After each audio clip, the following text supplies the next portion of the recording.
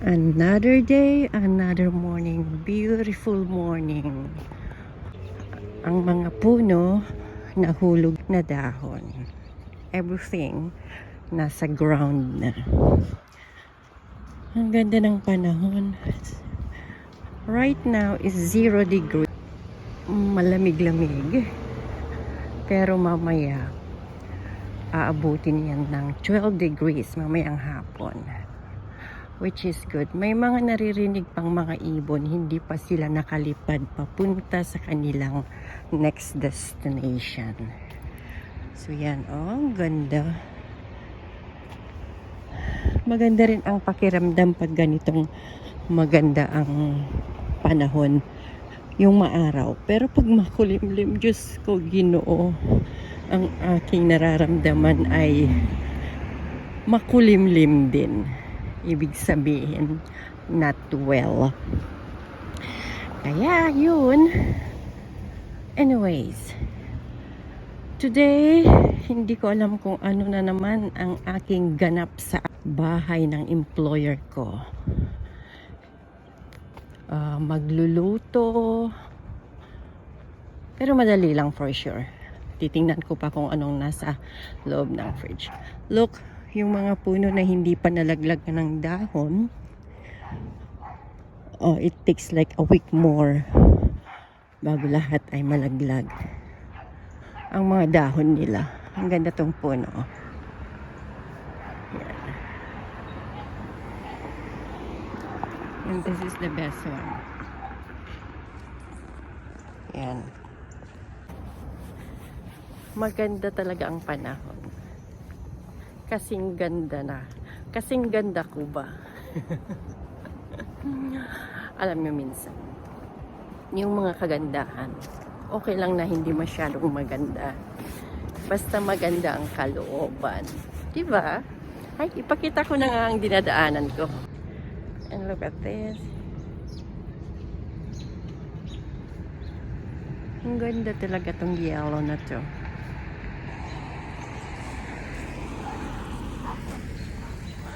Last ikot, I have 3 more minutes to walk and then bahay na ng aking employer. Yan, nasalubong ko ang aking isang alaga. Papasok na yan sa school. Alam na niya pag nagkakamera ako, "You're doing your vlog again?"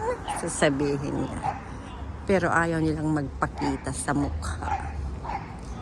So, soon daw, pag marami na akong pera sa YT, we will promote your channel, sabi ng mga alaga.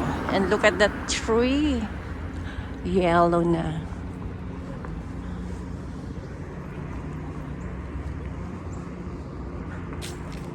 Oh, look at that sun. Talaga na, nagaganda na ako sa rays ng sun.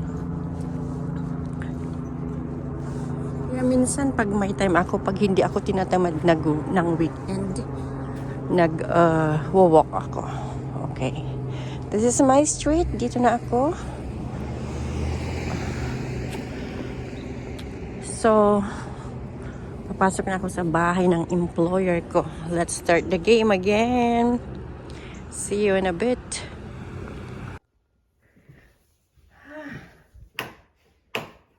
Ayan. Papasok ako sa aking opisina.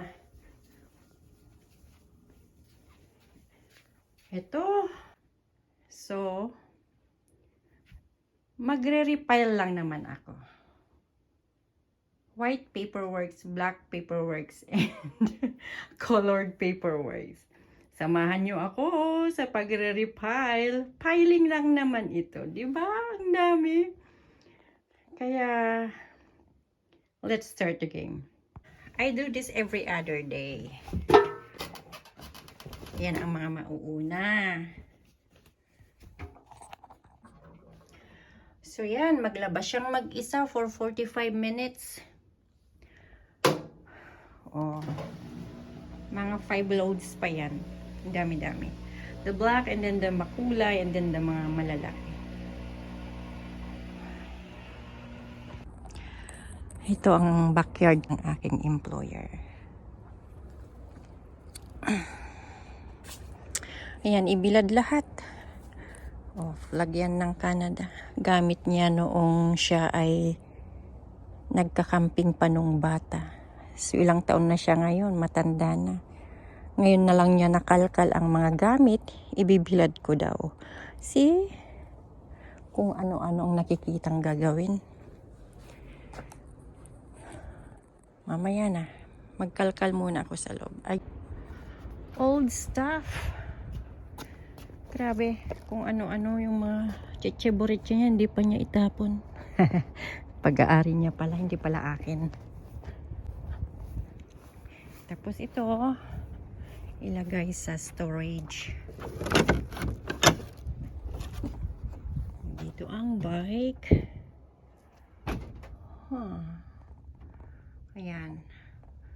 Mga gamit ng pang winter, pang summer, mga old bikes and everything. Pang garden. Nag-garden din kami paminsan-minsan.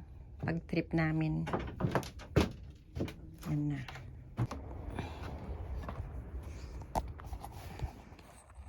At yan ang bahay nila. Julia, can you tell me a poem of sunset? What? Poem. The sun? The sun was down. It was bright. No, it's okay, go. The sun was down. It was night. Everyone was asleep. Without the lights. Can you say it again? Okay, ready? The sun? Okay, the sun's down.